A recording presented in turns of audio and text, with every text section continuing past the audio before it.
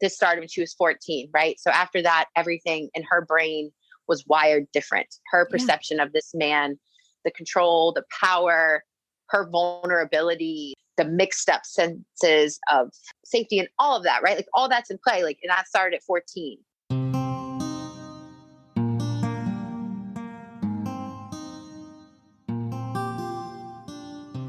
Hello, you are listening to NPE Stories. This is a podcast where NPEs can share their story. I am your host, Lily, and I found out I was an NPE through an ancestry DNA test that changed my life forever. NPE is a term that stands for not parent expected or non-paternal event. This means that one or more of our parents are not who we believe them to be. NPE Stories is a podcast where NPEs can share their story of what their original family was like, how they found out they were an NPE, and what their journey has been like since the day they found out. Welcome to episode 71. Today, I am speaking with Laura. Hi, Laura. Hi. I'm going to say thank you very much for speaking with me tonight. I know that what you're about to talk to me about is something you are pretty nervous about. Yes. I'm going to just give a warning at the beginning of this episode. People, I find, do appreciate it, that you might talk about some sad stuff, possibly child sexual abuse, rape. If that is not something you want to listen to, this might not be the episode for you. I got your email and I had to speak with you because I haven't spoken with any NPE that quite has your story. Tell me who is in your original family and what childhood was like for you. Okay. My original family, myself, and then I have a brother who is 2.5, 3 years younger than me. We've always been really close. Our relationship has always been really strong. It's had lots of pain, but it's always been a very strong relationship. And we have a ton of love for each other, which I guess is, I don't know why I'm highlighting that, but maybe as I explain the rest of my family, that will make sense. So I was born to my mom and my birth certificate father. My mom was 16. So she was a sophomore in high school when she became pregnant with me, and then a junior in high school when I was born. My birth certificate father, he was the same age as my mom up here. They were dating at the time. And yeah, so they got married shortly after high school. And there was a lot of, I think, complexities in that situation. Obviously, my mom was not the first teen mom in her family. But my mom also grew up in a small town where my grandparents were it's a small town and my grandparents were well known. My grandfather's a doctor. They were business owners. Yeah. So and they're Catholic. My family is incredibly Catholic. I should say, like, I have my own work to do in the spiritual world, but like, I don't know. I don't know if this is right, but like, right, they weren't good Catholic in my mind, right? It was like this, like everything was like shame and guilt and like just these like heavy things all the time, which was hard. And so obviously my mom has not been able to share a ton with me, but some in that space around what it was like. And my birth certificate dad's family did not live in that town. His dad did. And he had just recently come to live with his dad. Only his dad lived there. Yeah. So I don't know, my birth certificate dad had like a reputation, I think, at least it was always my interpretation of kind of like a bad boy kind of reputation. He was an athlete. I don't know. That was that. And my mom was like I don't know that they were ever like envisioned together was like the thing. But anyways, nonetheless, they got married after high school. We lived on my grandparents' farm. Um, and then my brother was born. Yeah, my parents worked really, really hard and seemingly like did the best they could for teenage parents. And now knowing what I know now, like a lot of more things make sense, but they did the best, I believe, and what I know now and what I understand about childhood development and the brain and all those things. Like, and I think I always had an understanding that they did the best they could. And I always like felt different having, kids for parents. Basically, I always had that sense of like, this isn't the same as my friends, or I don't know. So my growing up with those parents, my dad, my earliest memories with my dad, he loved me. I know he loved me the best he could, but he really struggled with anger. He was violent with my mom, and he had substance use issues, specifically with alcohol, and that looked not pretty or safe at times. And there was a strong sense of, I didn't know it then, but now that I have words for it, like this sense of unsafety and not being safe and protected was something that was pretty prevalent in my childhood.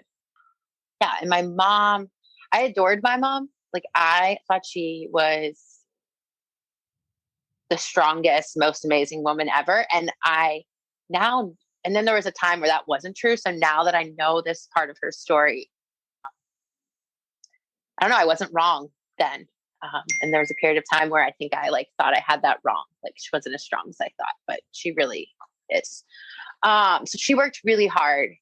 She didn't go to college, but she worked really hard and ended up in like a sales job where she made for a while, like a lot of money and was successful. And I was like, like, I don't really understand. I can remember in middle school being like, I don't really understand why you guys are still together. Like, you don't really need him. Kind of makes us all miserable. Like so much fighting and like alcoholism is just like rampant. And like, as 13-year-old me, I definitely used that word, which looking back now is like funny. So anyways, when I started high school, my parents did decide to separate and get a divorce. And that came with its own. My dad was violent with my mom, definitely. And there was a lot of neglect and abuse in my childhood, and not in like the way that like we think of or like the dramatized way, but like just like constantly exposed to domestic violence and substance use and just that chaos. Yeah. And then just like completely inappropriate discipline that was just like, not safe and harmful and left marks and was just, really hurtful. Anyways, so there's that piece. And then, so I'm in high school and my mom is out of town one night for work. And I came home. I had been like at a boyfriend's house, or I was doing something on like a Friday night. And I came home and my dad was in the garage of our house. And when he was there, like, it was like, that's where he went to like drink a good amount. And so I was like, ugh. I remember being like, okay. And I came in and he was like really upset and emotional. And I was like, what is going on? Like, and he informed me that, my mom had called him from out of town. This was, I guess, the best she could do, and said like she wanted a divorce, and he was heartbroken. And I was like, oh, okay, like, I'm like 14 or 15, so I'm like, Oh, great, this is good. Like, sorry, I don't remember what our conversation was. I just remember him being emotional and me being like, okay, well, I'm gonna go to bed. And I went to bed, and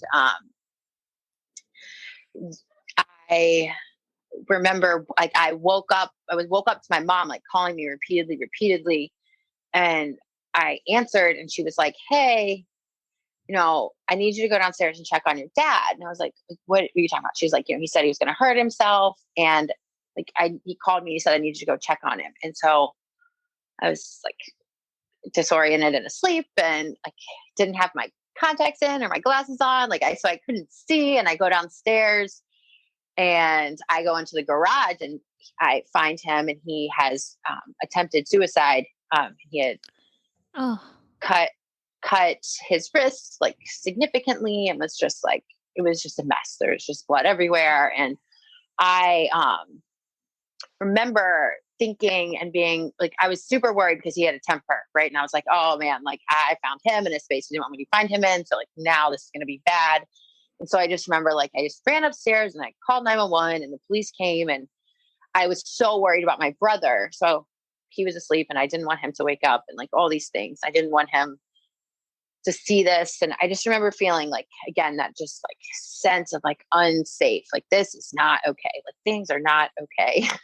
mm, You know, right. Like anyone was confused by that as I was telling the story. But as a kid, like I find I'm a therapist and I work with kids, right? So when I can look back and identify those times of like, that was an unsafe, that is how I interpreted it. And like just that experience.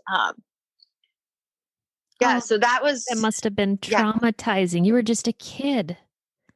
Yes. Yeah. It was, yeah, it was awful. And it's something that I mean, I've like processed and worked through it, but it is still like really significant. And I feel, I don't know. Yeah, I did not intend on including that in the story. Actually, I don't know where it was, but it feels relevant now. I don't know. It's Maybe we part edit of it out your, if you think it needs no, to. no, it's part of your childhood. It's part of your experience. Yes, yes. And it was significant. And so, and it was always a thing that I looked back on, because so the police came and they just basically were like, oh, you're going to go to your neighbors? Okay, great. And so we did. And that was that. And like, no one ever checked on this situation again. And like, I Wow. remember my dad the next day being the like crazy person he is, my birth certificate dad. He came home. Like he escaped the hospital somehow, right? Like Wow. you're on a 72-hour hold. He comes home like the next morning in a cab. And I'm like in my neighbor's house waiting on my mom to get home. And I'm like, how did he get home before her? Like, this is not okay. And yeah, it was just really painful and awful. And I always like, he never, like, I remember just like begging him, like, you know, you should like, please go back. I think like you need to not be here right now. I think you need to like go back to the hospital. And it was just a mess. So yeah, that was a thing. It never really got addressed. I was a theme in my life is like that I was always too much and too emotional and too, I'm the only person in my family that has any like small connection to my feelings or awareness Mhm. that they are things that exist. So Uh-huh. I'm like super weird, and everyone, even before this, would just prefer that I always say they prefer that I would just politely sit down and shut up. Right. Like Oh, that would you're the be, emotional one. I see. oh yeah, like you're so sensitive. Like if, oh my Hmm. gosh, all the time. And I'm like, yeah, okay. I have That's some the things to say. problem. Yes, yes, yes, yes. That was clearly the issue in this shit show, was me and my emotions. And it has been the whole time. Your dad attempting suicide, and then they got Yeah, divorced, but and then that just like wasn't a thing, right? Like that never okay, happened. Like okay, basically I imagined it. ah, Like I got said, it. just like it wasn't like actually a thing, right? Like everyone was fine, and you just need to find a way to get over that. So my parents divorced, and my mom, and I always say my mom begins to drink to excess. And like, I think she like drank before, but it wasn't, it, unless I have this like altered, seriously altered perception of reality. It changed when they got divorced. And I now understand it more. Like, I always was very confused by that drastic change and what that meant. But now I think I get it on a whole lot of different levels. Um, but she started drinking a significant amount, and like it became an issue and created lots of health problems. And And she's yeah, it raising was just, you. she's raising me. Yeah. Mhm. And so we at this time live like 45 minutes from my grandparents, who have been my only like safe, stable consistency in life. And who I adore. Like I love them. They were significant in raising me, given that I had, you know, two children for parents, really supportive of me, really caring. My grandpa and I were really close. Really close. Like I thought he he and my mom were my people. And I just thought he was like the most amazing person in the world. And I did everything he did and ate everything he ate from like 3 years old on, right? Like he was everything with him. So my mom's drinking increases and intensity and just her like erraticness increases. And she's like always gone and out of town. And like, it's not the best recipe for a teenager who's like, got some stuff going on. So, it was in high school when like my house was like the house where people hung out and partied. And like, it's just, cause my mom was always out of town and Sure. she didn't really care anyways, cause she was kind of a train wreck herself. And I remember talking to my grandpa about it. Like, I think like things are like really bad. Like she's not good. And he was like, you're just a teenager and she's a mom and teenagers and moms fight. And I was like, yeah, I don't really think it's that. And like, it was just dismissed for a lot of years. That was a theme that was really common. I got to a point where like I did with my dad, where I was like, hey, like this is a mess. Like this is alcoholism. This is bad. This doesn't feel good. It doesn't feel safe. Like I began to have that conversation directly with my mom because she and I always had a very connected and open relationship. And like, but obviously when it came to that, she got really angry about it and she didn't like that I brought it up and it caused arguments. And like, she would like be drunk and I would come home and I would like have whole conversations with her. And then in the morning she would like forget them. And I can still remember like how angry that made me. Like it just was so hard for me. I'd be like, I talked to you last night. I told you all about it. Like, why don't you remember? Oh. Anyways, there came a time in high school where she kicked me out because I don't know, was like calling her on her shit a little too much for her comfort.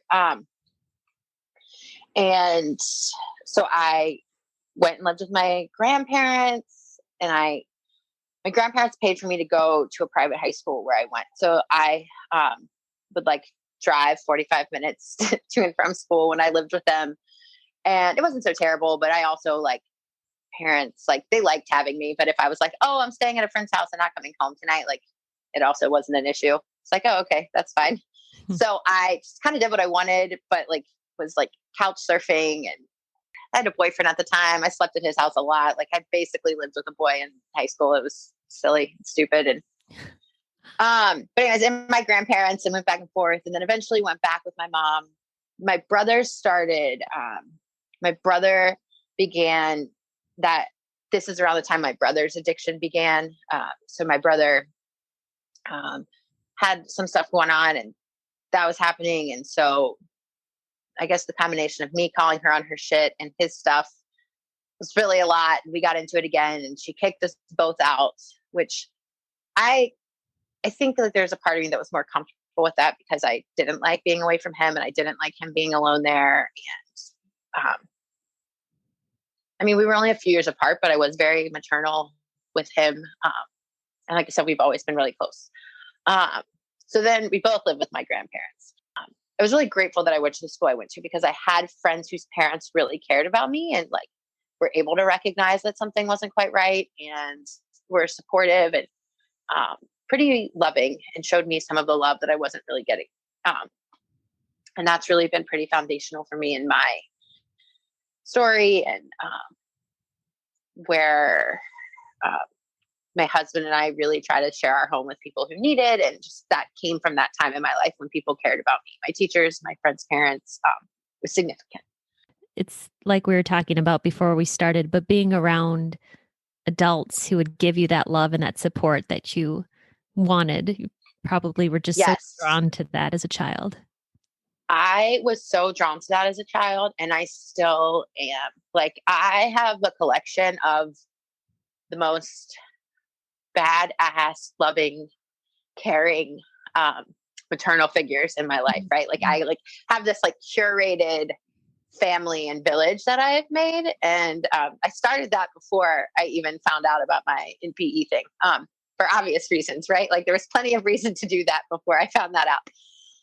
But yeah, just this awesome group of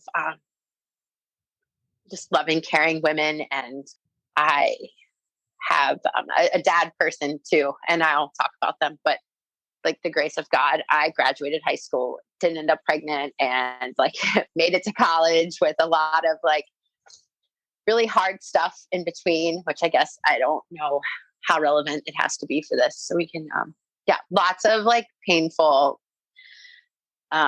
family of addiction stuff and just rejection and like the most, I mean, there was obviously like the hard moments and the like scary things that happened, but like the part that sticks with me and that I've realized through lots of therapy is like the theme of not being heard and seen and like being this kid that's screaming like things aren't right and like no one will listen, including my grandparents, because it was rather inconvenient for their daughter to be an alcoholic. So like nobody really wanted to see that for what it was. There came a point, and we are living in a point where like obviously her addiction is well past the hiding of it, and lots of hospitalizations and rehabs and more and more jail for Lots everyone of in my family but consequences. me. Yes, consequences, but like none that were ever really helpful too much. I can remember like moving in to the day I moved into college. The guy I was dating at the time, his family was lovely, and his mother was actually one of my like maternal figures of high school. She was really, really lovely to me, and she got me prepared to go to college. So moving into my dorm, and like my mom was supposed to meet us to drive down there, and she like didn't show, and I was like, okay, fine, whatever, normal, like not so shocking. But then she was like, I'm going to come, I'm going to meet you there. And I was like, okay. And then like a few hours later, like, I don't know, 4 hours or so later, I get a call from like some random guy at a gas station. And I was like, what? Like, I'm like, hello. And he's like, he explains to me essentially like, I work at a gas station. I believe this is your mom here. And she says that she's driving to meet you to like move you into your college dorm room, but she's very confused about where she is and what like she was very disoriented. She didn't really know who she was or like what was actually going on, but she was able to like somehow portray that he should be calling me, basically. And so I was like, okay, well, like, I'm in the middle of this dorm room here. And so I remember like I got myself settled and I just told this gas station employee, like, could you just please call 911 and have them take her to the hospital and let her know I'll meet her there, like in a little bit, I guess. I don't know. So I called my grandfather and he met me there. Like we're not like so far from home. We're like 2 hours ish from home. So he meets me there. And it was like at that point, like they couldn't deny this thing anymore. Like it was like kind of a thing, but not really a thing, but like no one could deny it anymore. It was like, this is a problem and people need to like pay attention. And also like, I'm out of here. So bye. Like, I'm going to college. Like I'm done. Yeah. Was at school, did college, ended up not staying at that university, but coming home. And it was, I became a social worker, fast forward, like graduate. I start my professional career, become a social worker. I've met my husband at this point. When I met him, he was in the military, and we got married. Like we had dated for like 5 years, and then we got married. And he's a lovely, lovely man that I never thought, like, I don't know. It's really funny. Like I always, I don't know how to say it. I never dated anyone like my husband until I dated my husband. And I didn't realize like I was deserving of like kind and unconditional and caring, genuine type love, right? Like I had this understanding, but like I never dated anyone like that. Anyways, so that's sweet. It is. He's a lovely man. He's really just been like unconditionally supportive of me and caring since the first time we met. He's a cool guy. Things are still a mess with both my birth certificate dad and my mom, like both still like my birth certificate dad is a very functioning alcoholic and my mom is very not functioning. Like, okay. So our wedding was interesting. There was lots of painful things there, but again, now that I've done lots of therapy, I now know why. Like I've always said, like, yeah, there were some really painful moments that day, but I've never felt more loved and protected by the people around me because the really important, meaningful people in my life, including my little brother, who I need to spend more time talking about because he's incredibly significant, but he's not so painful. Just really protected me and shielded me from the pain in a way that had never been done before in my entire life, right? Like I had just experienced all this stuff, like full frontal shield, no protection. It felt like until that day. And it was really a really amazing feeling that I couldn't really figure out why it felt so special. Like obviously it's my wedding day, so that part was special, but like the being protected from these really painful things was really pretty cool. Yeah, my little brother, I said he struggled with addiction. That was lots and lots of struggle. And basically the entire time I was in college, and it was really hard. Like, shouldn't say it was really painful because I cared so much about him. So it was really hard to watch him struggle the way he did. And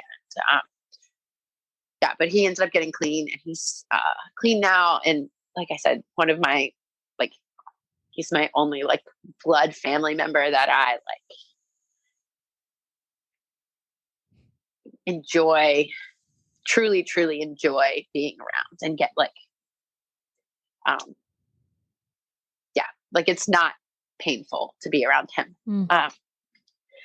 So it's always been a special relationship, and it still is. We move for my husband's work and graduate school, and decide to become foster parents and begin building our family that way, and lots of adventure in that space. Not necessarily for today. After a few years of being away, and at that time we had our first child. So I got pregnant and had our first child in 2018. Was really I've always struggled with this idea of do I want to procreate my own child? Because what am I, my example to look at is really painful and hard and confusing. And it never felt like it would totally be right. But I now know that's not true, but that those things weren't without reason, that I didn't have fears. So we have our first son. And that is in that space. And I've not talked a ton about my birth certificate dad in this space because we've had a very painful relationship that hurt. He was hurtful. He has words, both my parents really as a kid just had words like knives. I'm I just don't understand. It was just such mean stuff. They could just both cut so deep, and they did a lot. But that continued as I was an adult, a lot with my dad. And at that point I had not a ton of contact with my mom because her alcoholism had she just really wasn't super functioning, and there just wasn't any reasonability about her, and she had been not in a good place. So when I am going to have a baby, the people that are there are not those people. They're not my birth certificate dad and my mom. I have a friend who is my most amazing mom person. And yeah, so, we have our plan, we have our thing, we're going to have our son, and my husband and I, we have our first son, and my birth certificate dad starts to reach out to me, and it's just really painful stuff, demanding to be invited, and why am I so crazy? Everyone has stuff. I just need to get over my stuff, and should probably just get some medication because my husband's probably really miserable because of me. Oh. And he feels so terrible for my husband because he has to be married to me. And oh my God, all these, just I'm just a really terrible person, right? Because I won't let this man who I have not a ton of contact with, and definitely not a significant relationship with, be there when I go through this thing of bringing life into the world, which I was terrified to do. We were foster parents at the time, and that placement ended up ending, and in a rather painful way, but also a beautiful way. Soon after our son was born, and my dad just I his attacks in that space, and attacked me for the choices I made around that situation, and how much I was just a terrible person. And that's what he told me more than once. And so, and incessantly, right? And so it was just a really painful season of life, these first few weeks with my son. And that was the last time I talked to him. In December 2018, yeah, that's what it is. When we moved back, my brother and his now wife had bought Ancestry DNA kits, right? You guys are waiting for it. Like, when was I going to say it, right? So my brother bought an Ancestry DNA kit, he and his wife, and they gifted one to my husband. Because my husband is like, I don't know, I think he's kind of hard to buy gifts for. And so they were like, yeah, these are like Groupon deal. Let's get him one too. So my brother got it, and there'd always been this joke, not joke. Well, he joked about it because that's his nature. My brother is to like, that's how he keeps things light. It's like everything's a joke and far away. But my brother has really dark hair and blue eyes. And I have a cousin who also has really dark hair and blue eyes. And they have like very similar facial features. And like, they just have like I don't know, they look oddly similar, right? In December 2018, my brother like decides to joke about this. And he's like, yeah, like I always thought dad wasn't my dad. And I'm like, okay, like, okay. Like he's able to talk to me about this sense of like, just always felt like I was different. I'm like, you felt different. Like I feel different. Like you all like have this like so much in common, like with like between like the addictions and just like all that, like not like I wanted to be in that club. It's not what I'm saying, but I always felt like not in that. So he's like, so I'm going to take this DNA kit. I was like, cool.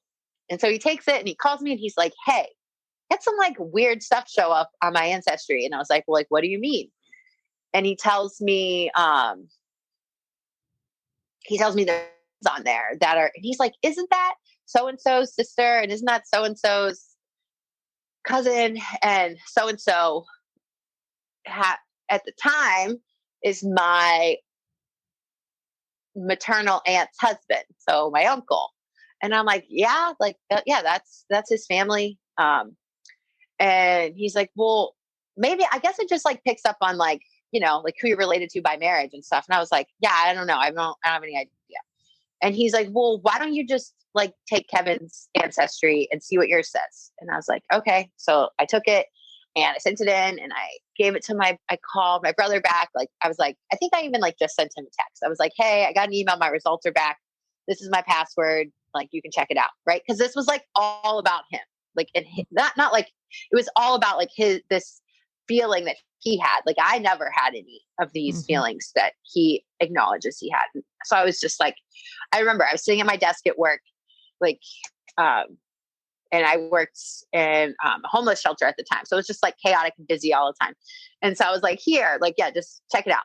And he was like, he texted me back, or maybe he called me. I don't know. It was very casual. He says like, oh, well, yours says the same thing. So I guess it just, yeah, I guess we're right. It just picks up on like birth certificates and like who you're related to by marriage. And like, I don't know, like that was what we told ourselves. Like, and I was like, yeah, I guess you're right. Okay. So that was literally like, probably by the time we did that, it was spring of 2019, because he had given it to my husband for Christmas and like he hadn't used it. It sat around for a while. So yeah, that was probably like spring of 2019. And that was that. And I like put the little thing with my password like in a drawer somewhere, because I don't know, I have zero organization around all the passwords in my life. And there will come a time, fast forward in a few months, where I frantically look for that password. Like, where did I put it? I wish I had a better system. But so December 2019, I get a call from my grandmother and she's like, hey, and this is your trigger warning. So my grandma calls me and I like remember where I was and what I was doing.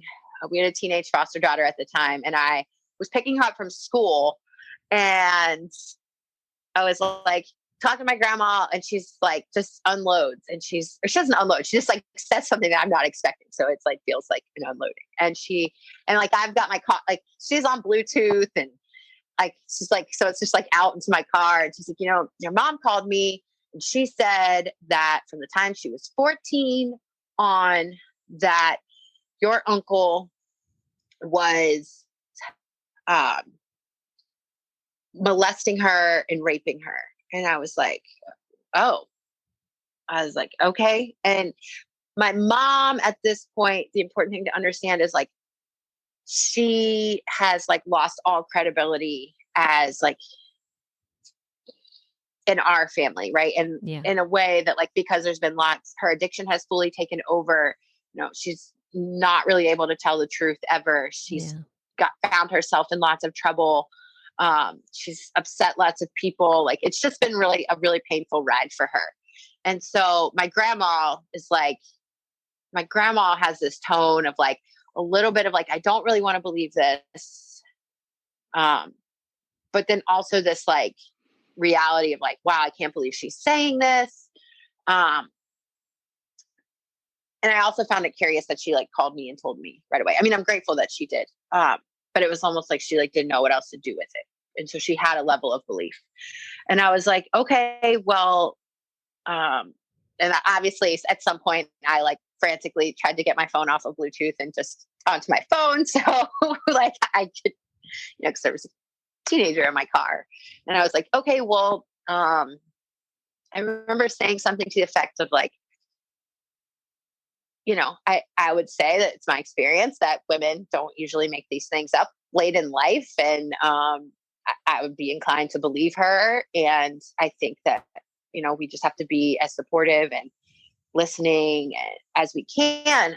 I said, like, I got to go. And I said, and there's something else that like, but I need to talk to, I was like, there's something else that makes this make sense, but like, I can't talk to you about that right now because it's not mine to tell. And at this point, I'm still saying like this ancestry thing, it's not mine, right? It's just my brother's. Like he said he just wanted to not ask anyone any questions and put it in the drawer. So I said, okay, fine. Because in my mind, it's like, this is about him. This is his thing. This is his like, not realizing that I will soon find out is equally mine. I think I remember, like, I went home, I talked to my husband, I called my brother and I was like, dude, like, where's that ancestry stuff? Like, we have to log on and look at it right now. Like, we have to. And he's like, what do you mean? And I was like, and I told him, like, my grandma just told me about my mom disclosing this abuse. And like, and then all of a sudden, like, it all made sense, right? I went from like this weird space of like, yeah, I don't know. I don't understand how ancestry DNA works. I don't know.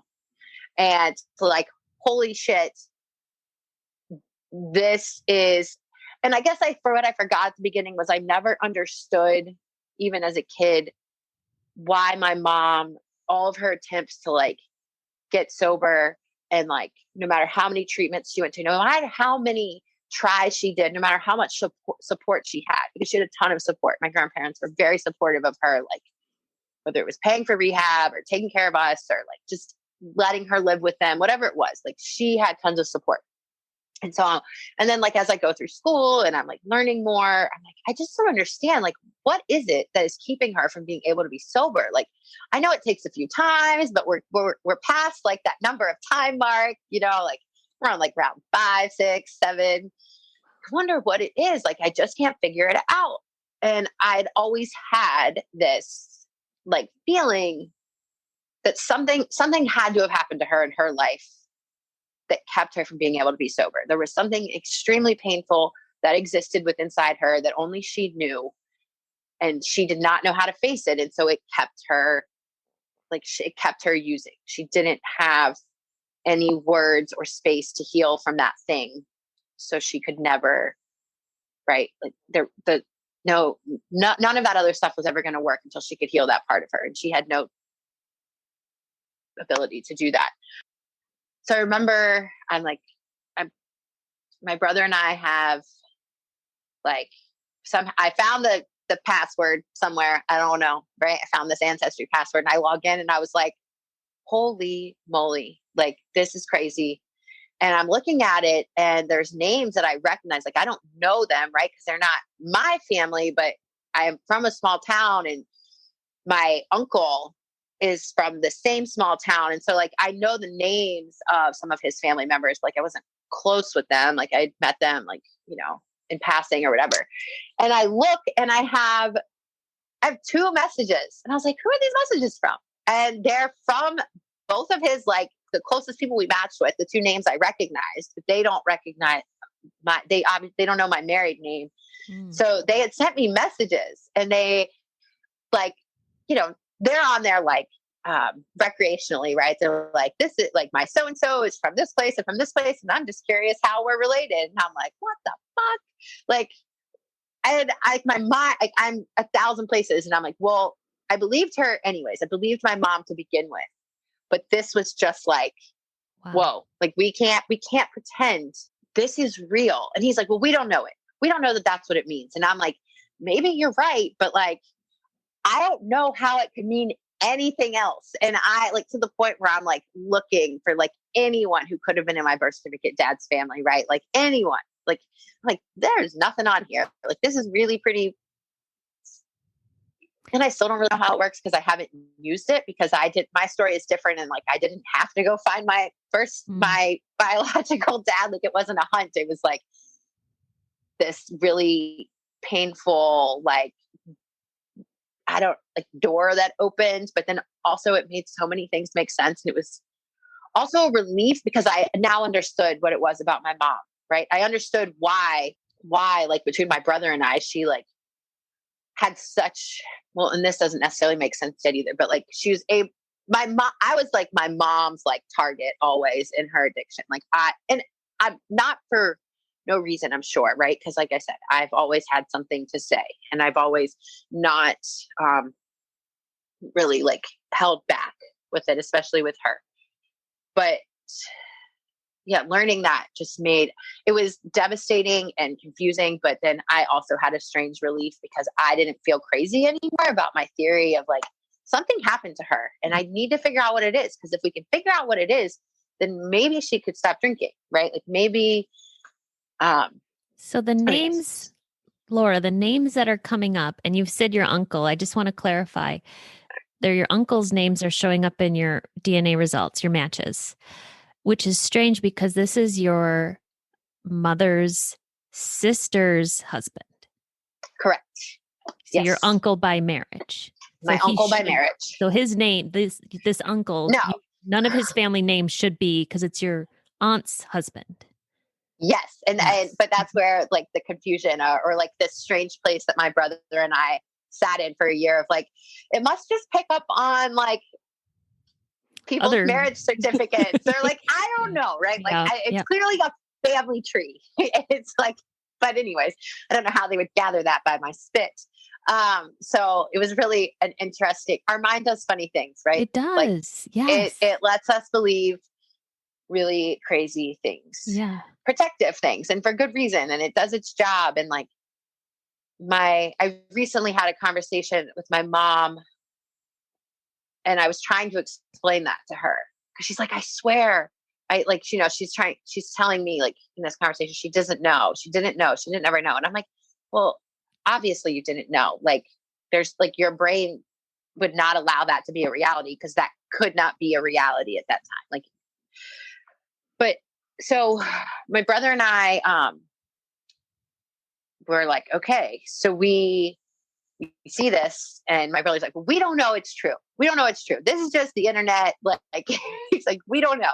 And I was like, okay, well, this is what I think we should do. And we agree that we call our birth certificate dad, and I've not talked to him. And at that point, it had been like a year and a half almost. I had not spoken to him. And so my brother and I collectively called him and said, we need to come over to your house.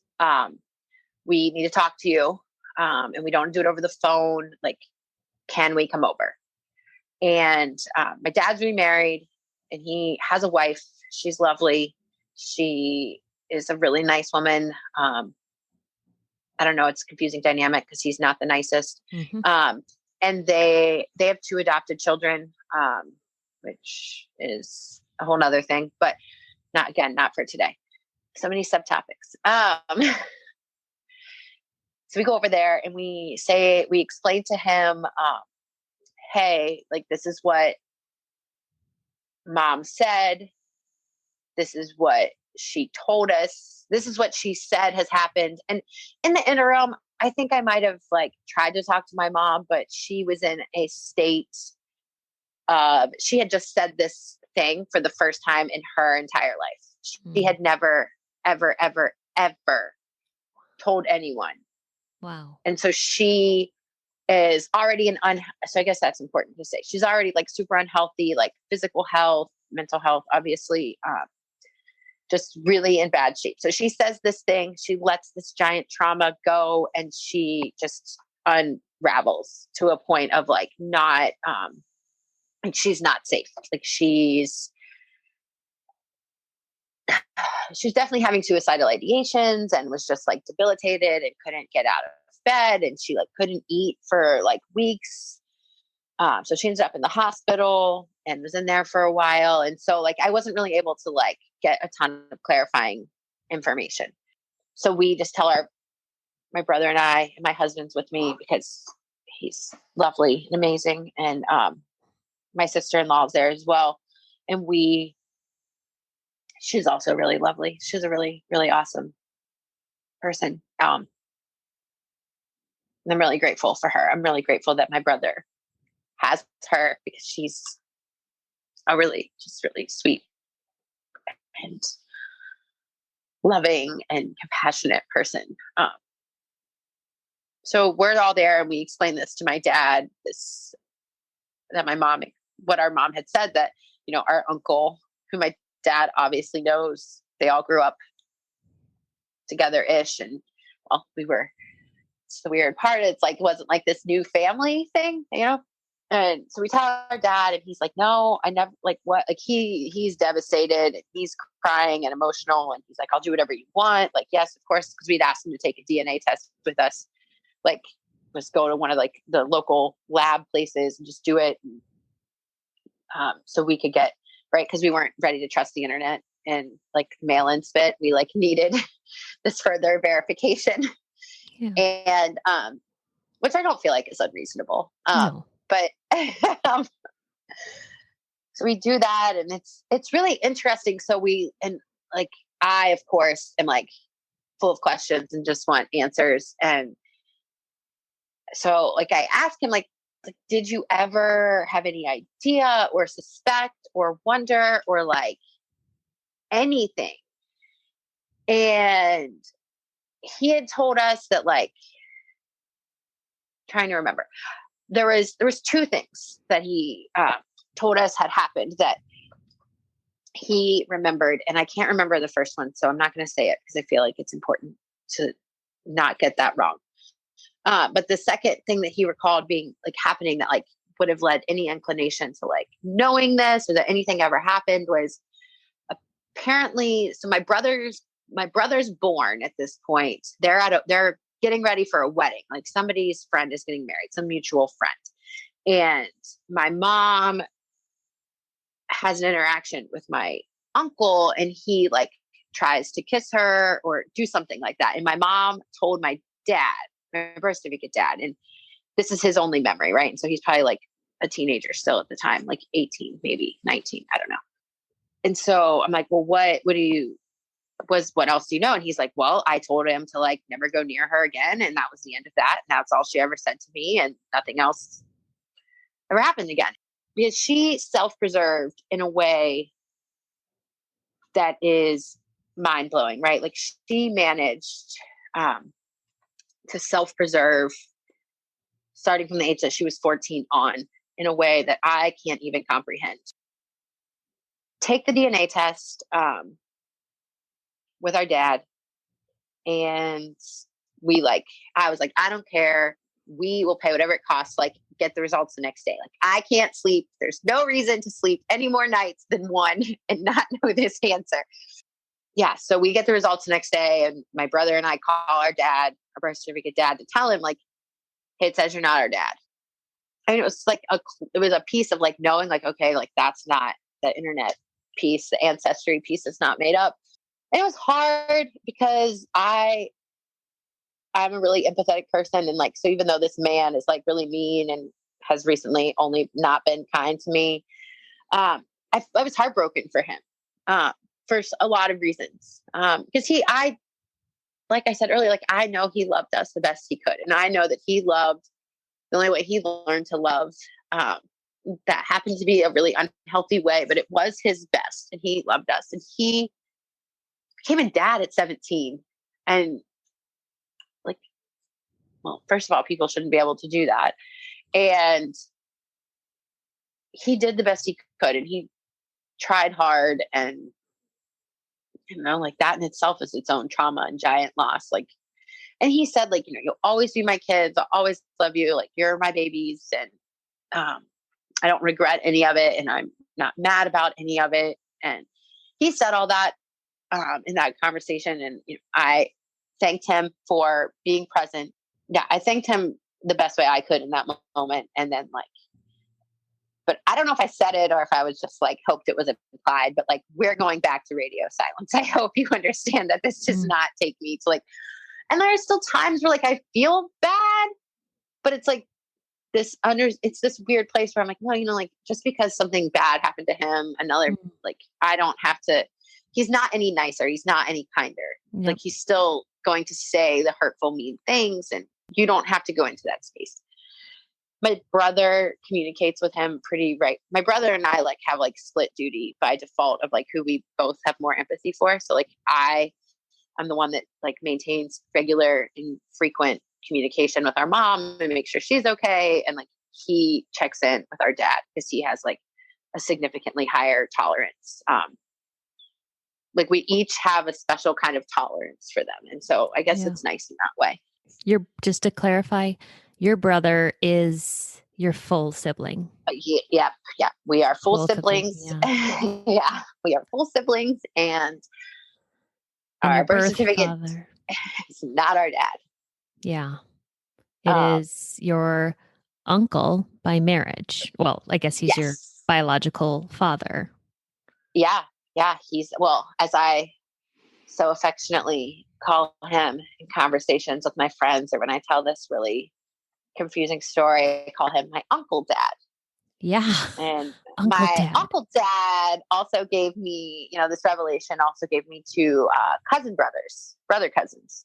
So I have two cousins. Ah, yeah. The oldest one is I don't know, 5 years older than me, maybe 4 years older than me. I'm not sure. And then the next one is he and I are a year apart, maybe, if even. We were always a year apart in school, but we're close in age. And then there's my brother.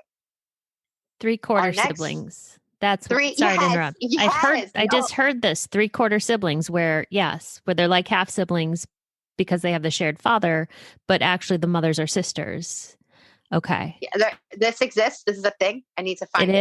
It is a thing. It's called 3/4 siblings. I read it on a DNA chart somewhere. And again, to clarify, but with your mom's situation, it was non-consensual. Oh yeah. Yes. So we're getting to that. I guess I skipped over that. It was not my intention. So my ages are estimates, but they are researched estimates, right? Because once I started asking questions, I got shut out. So that will come later. So that's why I'm well, shouldn't you know this guy's birthday? And it's well, yeah, but no one will really tell me anything about him anymore. So my mom was 14 when it started. And this is what she's been able to tell me over the course of almost 2 years now, or whatever, since December 2019, however long ago that was. That it started when she was 14. The interesting thing is that is relevant in this story is, so my uncle dad is a few years older than his wife, my aunt. And they had their first child when they were in high school as well. So my aunt, as my mom tells it, became pregnant when she was a junior in high school, and then had my first cousin brother when she was a senior in high school. Then they got married. And he lived, as my grandma tells it, his parents were farmers too in this small town, and there was some sort of falling out. And so he temporarily lived in my grandparents' home. Mm. Mm-hmm. Right. Okay. So he had access to your mom when she was a child, a teen. Yeah. Yes. Yeah. So my mom is 3 or more years younger than her sister. And they have an adopted sister in the middle of them. But as far as I know, she does not have any involvement in this scenario. Yeah. So it started. So my aunt has my first cousin when she's in high school, and my uncle, my dad, is older than her. So he's out of high school by a few years ish. Right. So like, this is as I know it based on like my best research of like old high school yearbooks online and things like that. The way I understand it is he is 8 years older than my mom. Mm. So even if so the bigger theme is that I'm trying to say is like, people don't believe my mom, right? My family doesn't believe my mom. She's made this all up.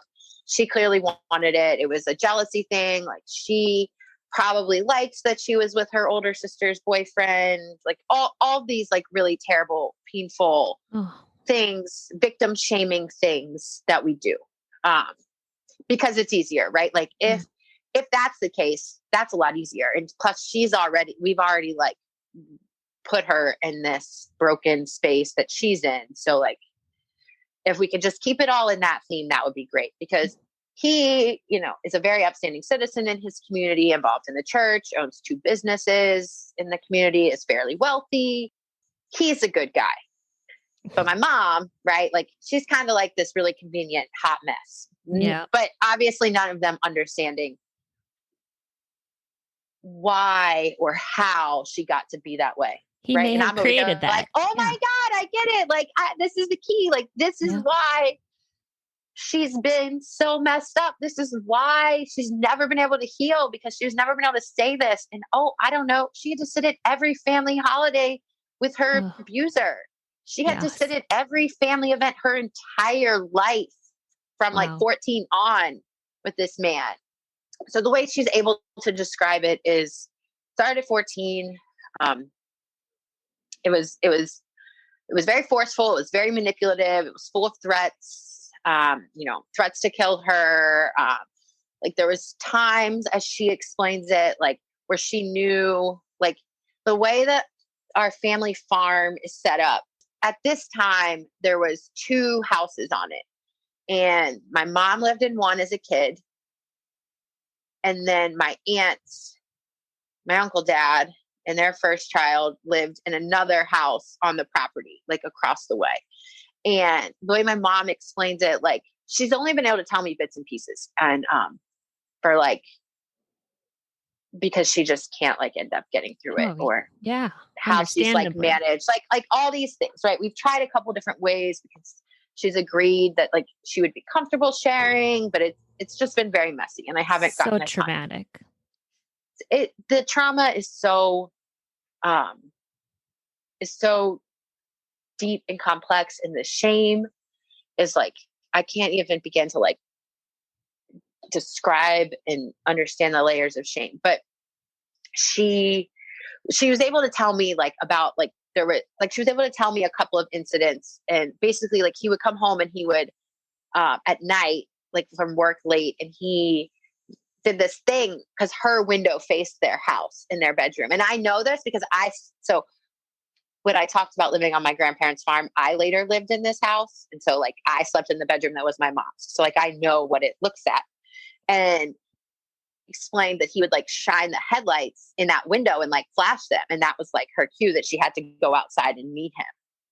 Like, I was like, she wasn't able to tell me much more after that, but like, I was like, there's like all sorts of buildings on this farm. So that would not be like an unreasonable story. And like the way that window faces, it does face that house. And like, everyone's always like, she made all this up. I'm like, yeah, like these aren't really things that, especially at this stage in life, given her memory and like the way she is, like, she couldn't make this shit up. Like and also like, that'd be like, it's just not, anyways.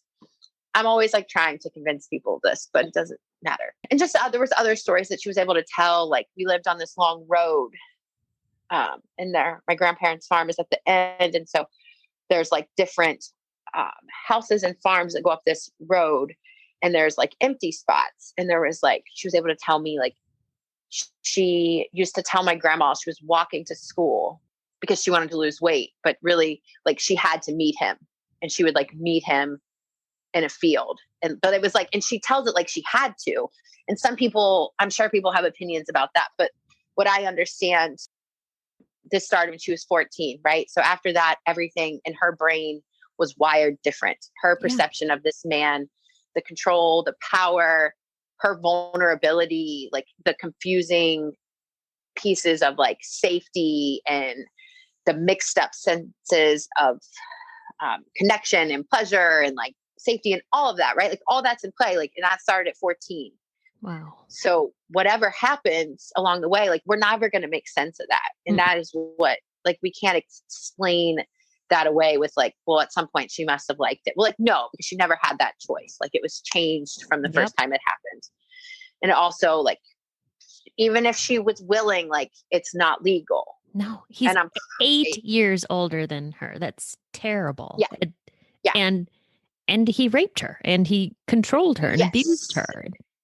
Yes. Yes. Oh, wow. So she, so this is where it's really hard because I can hear you've had these conversations with your family members. So obviously not everyone is supportive or, I mean, people have divided, it sounds like. Yeah. Well, I mean, not everyone, you should say everyone. And by people are divided, it's like, I am a party of one. Well, my mom, but I try. She has said from the beginning, like she fully supports anything that I want to do and pursue. And she would like to have some form of justice, but she knows she's not going to get it. And so after my brother and I took the DNA test, we, with our dad, or by our birth certificate dad, we went and talked to our grandparents and we told them, and we were like, you know what? This is what we know. Like, and they are people of few words to begin with, like, especially, okay, that's not true. They are people with few words around uncomfortable or hard topics or like uncomfortable truths. They can be very opinionated about lots of things. So in this interaction, like, you know, my grandma, she's like really hurt and crying and sad and like, she believes it and she's like sad that it happened. Right. But again, back to that theme of like our brain does crazy things so we can all survive. So that lasts for like basically that instance only. And then after that, it's like, yeah, your mom's always been a liar and she's probably lying about this too, or she liked it, or she wanted it, or all these other things that like fit a more convenient narrative. There was like one day, at least outwardly, right, of like, how could we let him in our house? Why would we, like, all this like terribleness, feeling her feelings, but then like about a day. My grandpa is he always, as my grandma tells it, has like a soft spot for my mom. And I believe that. And so he's like really upset, like, I believe that, you know, he did that, and like, you know, like basically just this acknowledgement of like, wow, he wrecked and ruined two of my daughter's lives right now. But acknowledging, this is where the acknowledgement of like, we have two daughters in this scenario, right?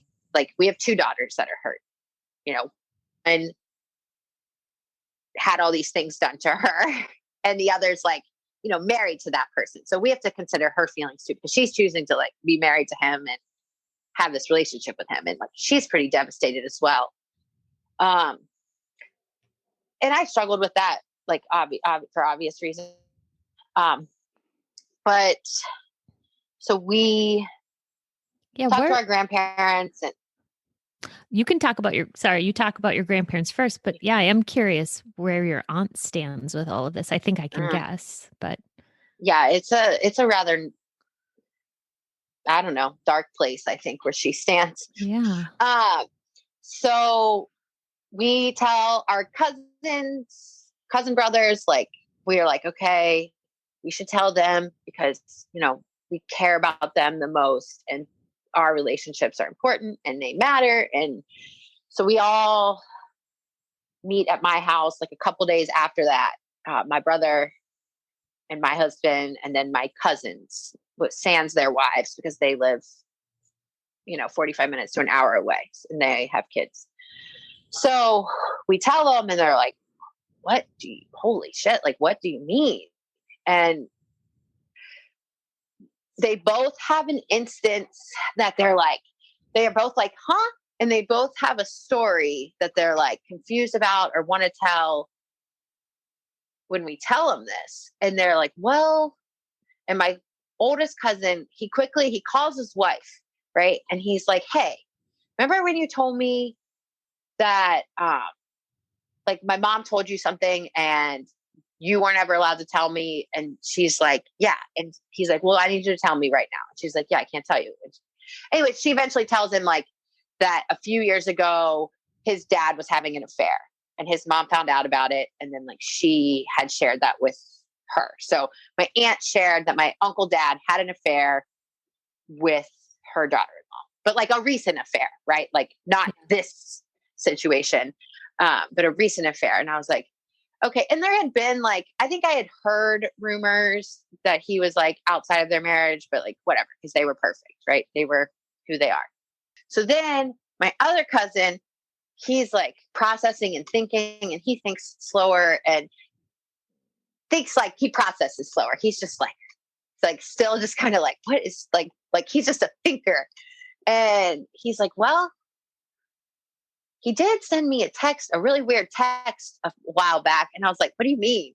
And he's like, well, he sent me this weird text and it didn't make any sense. And then he said he texted the wrong person. And I was like, well, basically, he thought he was texting like some woman that he was seeing, but he texted his son by mistake and then was like, oops, sorry, wrong text. And my cousin was like, yeah, okay, whatever, man. And like, they just went on with life. So I was like, oh, well, yeah, okay. And at this time, like, everyone's pretty like, just kind of like, my brother and I have processed for like 2 days, maybe 3, something like that. And my cousins, like, we're just telling them. And so we were like, we'll let you decide like how and like what it looks like to talk to your mom. Like, you all talk to each other and let us know what you think. And so but I say like very clearly, like, I will give you time to do that, but like, I'm going to talk to him. So like, you all decide what you want to do, what you think is best for your mom, but like understand, like, I'm going to speak to him about this, like, directly. And so they're like, okay, yeah, like, that's reasonable. And like everything is good, right? They're like, yeah, of course. Like, and they're like frustrated at him at this point and acknowledging the wrong.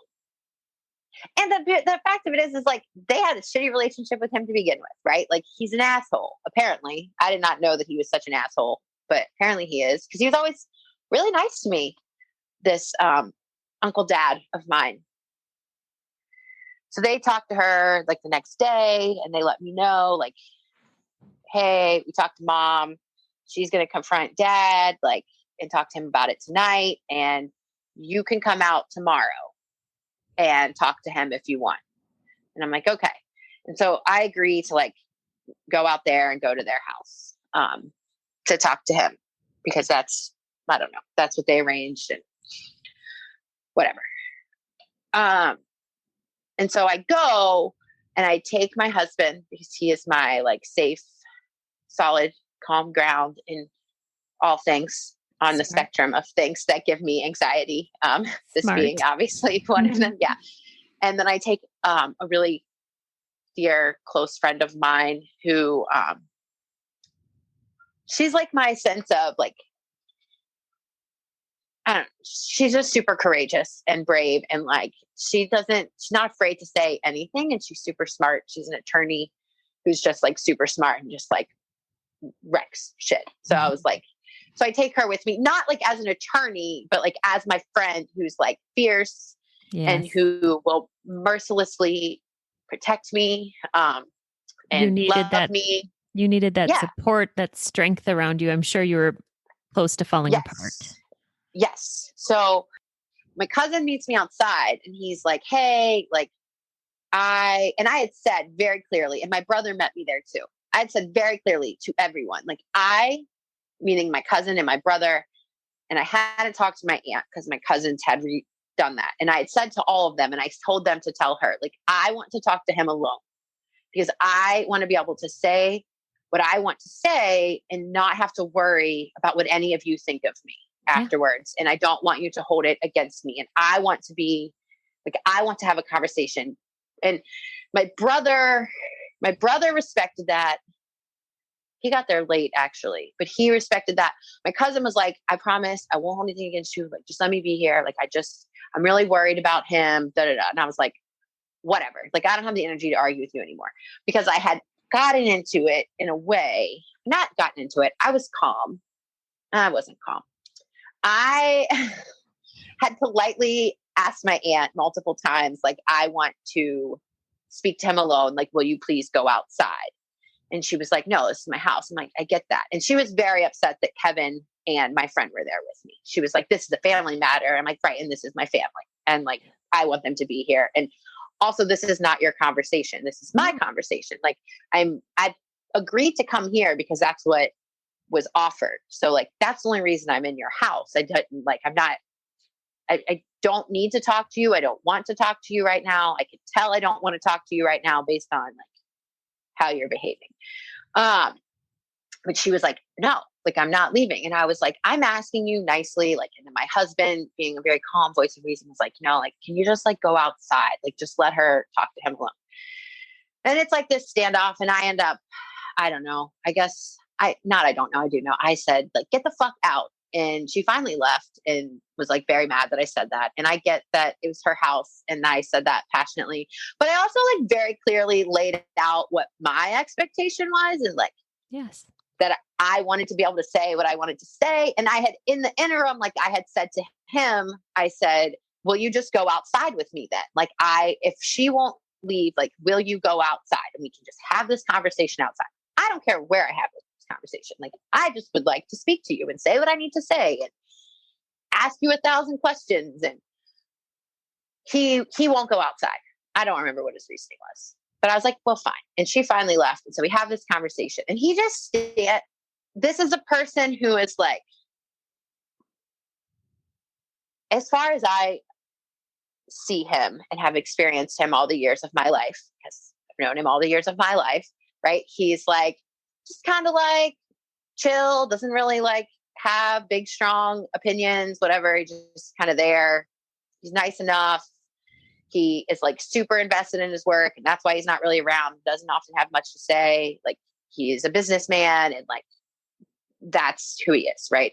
So he's like standing there, like dead in the eyes, right? Like, very, like, to me, I don't care because I'm not showing up as a therapist or as a person who wants to care about the crisis that you're in. Like, but I see him with that lens. I'm like, oh yeah, he's like gone. Like, he's not really there. He's pretty beaten down, like disassociated, just kind of staring, like pathetic version shell of a man is how he stood there.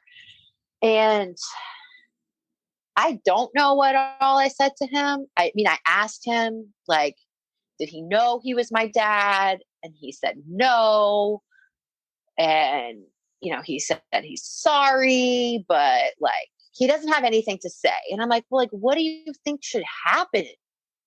And he's like, I don't know. And I'm like, well, and I remember just being really angry. And like, he tried to like tell me that like, I didn't understand all the pain he had. And I can very vividly remember saying, like, obviously you have a lot of pain because you would have done something so fucked up if you didn't carry around a lot of pain. But that doesn't give you a license to hurt people. And I explained, like, I had a lot of pain too. And like, I had a lot of really fucked up things happen to me as a kid. And I don't hurt people. And then he tried to like, it was this really bizarre, like, then he tried to, because he's clearly never identified his traumas or his hurts in his past before, but he like then tries to like one up me in this trauma space to like justify like how he ended up being like the monster that was standing in front of me. Like, and I'm like, dude, I don't care. Like, I want you to talk to someone about that because you need help, clearly, like, and you should address those things. They don't matter to me right now. Like, I do not care. Like, you cause significant pain. You ruined my mother's life. Like, you watched all the things that I went through as a kid and like didn't do anything. Like, just, I don't even remember what I said. He's dead in the face mostly. He says he's sorry.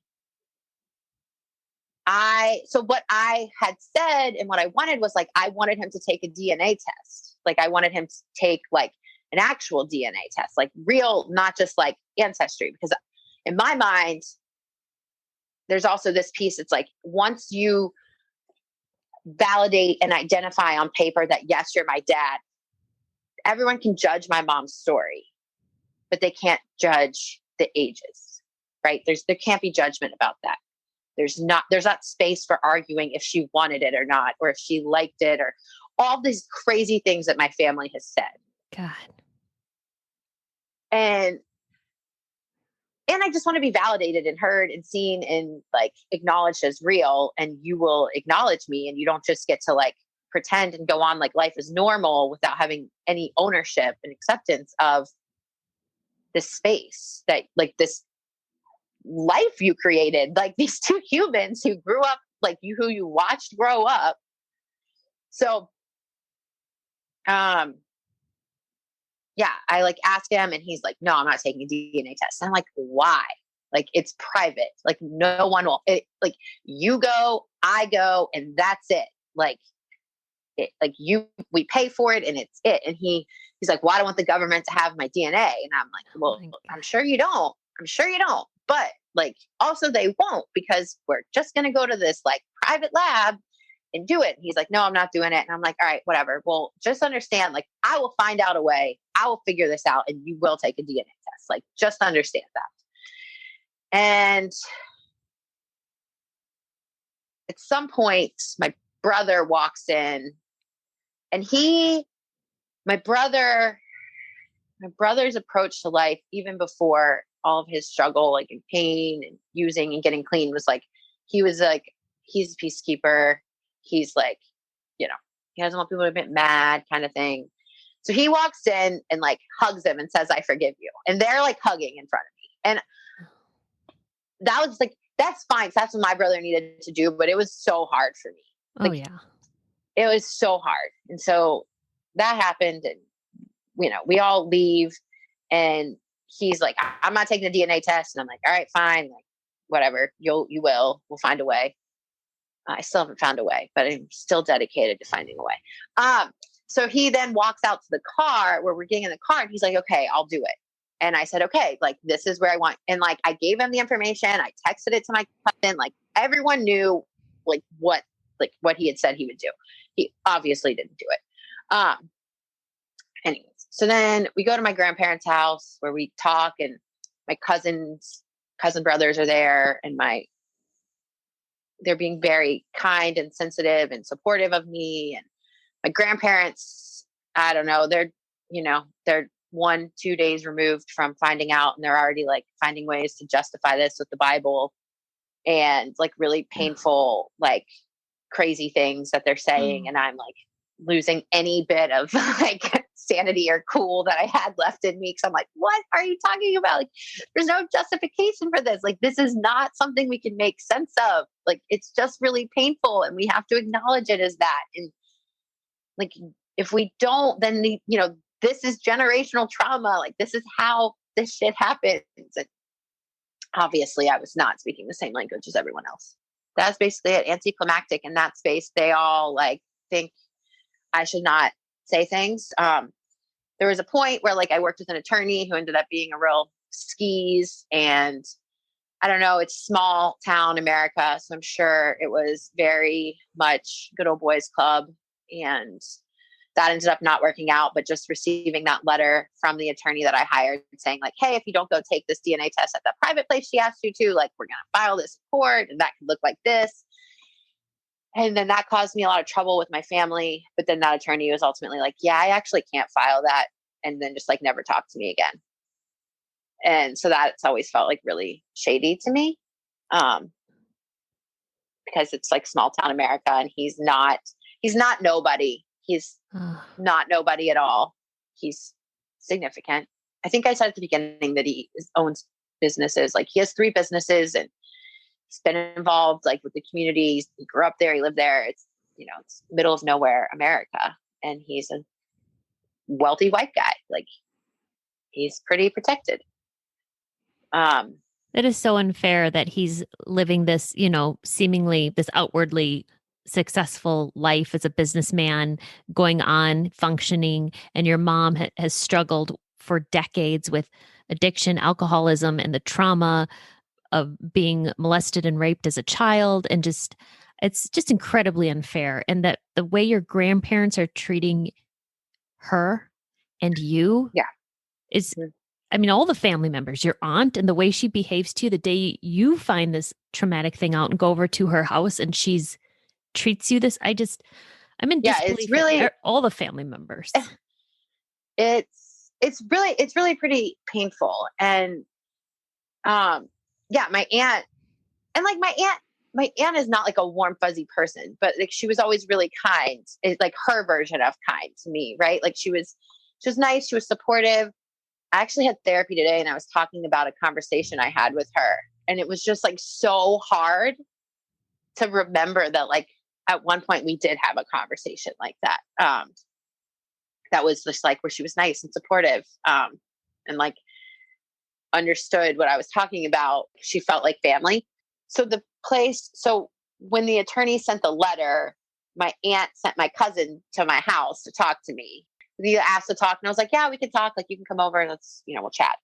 But basically all he had to say was like, I'm trying to help my mom. She's a mess. Things aren't like, just trying to help her keep it together. And, the way you're going about this is wrong. And, maybe if you would just try and have a relationship with people, maybe you could have a relationship and get to know people and you might have like family. And then previously they were worried about him, completing suicide when it first came out. And they had asked me like, what should we do? And I was like, well, if you really like, first of all, like the night before I went out there, they had said that to me. And I was like, well, you need to get all the guns out of the house, like all the guns, like look in the barns, look in his truck, like look everywhere he could possibly have a gun, any other means that you could think of, like do that. But then also like, if you really do think that, like, these are the resources you can call to like get him the help he needs. And then I have that same conversation with them the next day because they ask me again. And then this is like months later when my cousin comes to my house. He's like, well, when he kills himself and he can't go on anymore because he's just a shell of a person, like that'll be on you. And I'm like, it's actually like, none of this is on me. Like I didn't make any of these choices, just happened to be born and not okay with like this giant injustice. And it doesn't feel good to me. And so I just want answers. Like, again, he has the option to just go privately do this and shut me up. Like he could do that. Like, I don't and so it's just like multiple ways that it was back on me. And like, maybe if you would just let all this go, maybe my mom would make sure that like, when he does die, like you would get some of the inheritance. But she said that like, if you're involved with him killing himself, like, or something, like if you keep going on with this, like she would make sure you never got anything. And I was like, I don't care. And again, like, this is what you need to do. Like, get all the guns out of the house. And if you really still think he's going to harm himself or complete suicide, like you need to get him help. Like, he's like, well, he doesn't want help. And I'm like, right. That's not my problem. Like you have options. I've explained to you how you can like force him to be safe. And in my mind, I'm like, and oh yeah, remember that time that that I thought was my dad did try to kill himself? Like, I don't care that you're like, I don't understand why you're even telling me this. Like, I don't understand how you even rationalize. This is the power of our brain, right? We believe what we need to believe to survive. And my aunts and my cousin brothers, specifically my one cousin, like he also has a business that's very tied to his dad's name. Like it's his own business, but like it's very much because he is this person's son. And so like there's just like, it's just this, we're gonna have to live in a different state. That was one of the things my cousin told me. I was like, I don't care. Or also just like get off the boat that's burning and then you won't go down with it. Like I don't understand how you don't like just acknowledge the truth, like live in the truth. And I try to explain it so much of like, this is heavy, dark stuff. Like we've said since we were kids, like we didn't want to parent the way our parents parented, right? Because their parents just like worked them and they just worked all the time. And they didn't want to do that. And I'm like, you can do something different. Like you don't have to live in this space, in this lie. And it just ended poorly. And that was that. And I haven't talked to any of them since. When I decided to email you and get to like share the story, I decided like, well, I want to give the most up-to-date truth. So let me just and I haven't talked to either of them since. And I sent them each a text and a phone call and just said like, I'm curious. I have questions. I'm really longing for answers. I feel like enough time has passed. And, would you be willing to talk to me? And obviously I got nothing back to my uncle, dad, and my aunt's stepmom. Yeah, that's true. Stepmom. So she's staying married to him. Yeah. Oh yeah. They're still married. I mean, I'm sure obviously things aren't fine, like, right. They're married in misery, which they clearly were before based on these other things, which is just the even harder part to me. It's just like, and so I'm shamed, right? Cause I'm shamed. There's so much shame on so many levels, right? Like I didn't even get into that. And I wanted to talk about that, but yeah, they're still married. Everyone's fine. COVID, like, right, like COVID's been like meh, but like COVID was really kind of, I found it to be like, it was this really convenient thing that happened. So it was like normal that my family didn't have to see each other, which kind of pissed me off, right? So it was like easy for my grandparents to be like, oh yeah, we're just not getting together because of COVID. I'm like, and also because of that one thing, like that's just like what it's been every holiday since then. It's like, oh yeah, COVID. And I'm like, oh yeah. And rape, uncle, dad, cousin, brothers, that stuff too. Like, yep. Yeah, I don't know. That's the space. And it's been really hard because it's, rejection from this family that I've always known. They've always been my family. But now they're not. And my brother is supportive, but he just doesn't understand. We have he and I did family therapy after this for a little while. It was pretty fun. It was good. Did like telehealth family therapy, he and I. And, we struggled. Like I'm like a picker and a pusher and like a seeker. And like, I've always been that way. And he's like, yep, I would just prefer that. Like we just all kind of chill and we don't need to, but he acknowledges that it's painful. But he just deals with it in a different space. And we talk about it a little bit, but it's pretty surface level because I get really fired up and like, I want answers and I want justice because in my mind, like answers are also the only way my mom gets justice. Yeah. Because in this particular state currently, like the statute of limitations is shit. And so she doesn't have an avenue there. And nor would I don't even know if she'd be able to withstand that process. Like she is just so in such poor health physically and mentally. But also it's just this acknowledgement of my existence. It's just been really hard to have that denied. Oh yeah. And both you and your brother found this out at the same time. And you're taking, and there's no right or wrong way to take any of this. Everyone's experience is their own, but it shows you with all the NPEs and how they take it. It shows you the difference between how your brother, where he does and does not want to go emotionally, and how you, and just the differences between you. Yeah. Oh my gosh, we've been talking for 2 hours. I'm sorry. I know. No, I will mention at this point, not to cut anything off, but just because of the sensitive nature of this story and where you're at today, if anyone wants to get in touch with you, they can just contact me directly at the podcast, and perhaps I will pass that along to Laura. So if anyone, Laura's story is still playing out, and there is a lot of shame and hard stuff that she is going through right now. So You can always contact me at npestories@gmail.com, and I may pass that along to Laura. Laura, I don't want to cut off anything because I feel like this is a really hard space. So before we kind of wrap it up for today and where your story's at today, because more will unfold, is there anything else you want to talk about? I know you said you want to talk about your shame, and anything else you wanted to share? I think we might be at like a safe stopping point. Yeah. I think my hope is that I don't know, maybe now I know there's 3/4 siblings. So now that there's a label, maybe I can more easily connect with 3/4 siblings. And I think it's a whole nother topic that like requires, besides this story, but just a whole nother topic and discussion around the space of being conceived non-consensually, or I don't even know how you say that, right? Yeah. That is like a whole arena that is, and I have really struggled to find resources for it, but just to like understand it and like try to understand my feelings and like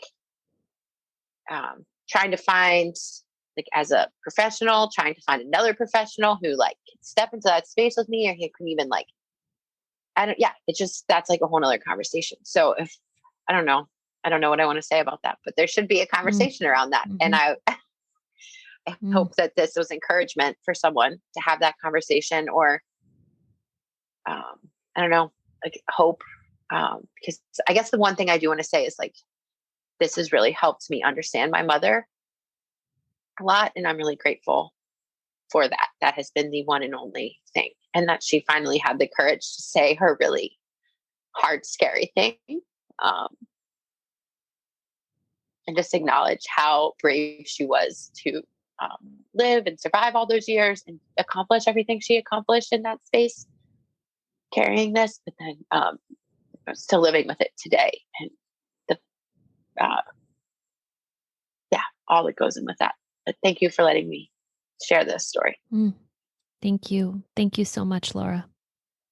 And if people want to hear more about Laura's story, she will also be on Everything's Relative with Eve Sturgis. Keep an ear and an eye out for that in the next couple of months. These stories are here for us to identify with. If you are an NPE and would like to share your story, email npestories@gmail.com. You do not have to give any identifying information. If you are an NPE and would like to share your story, I'd like to hear from you. Subscribe to this podcast to hear more. Come heal with us.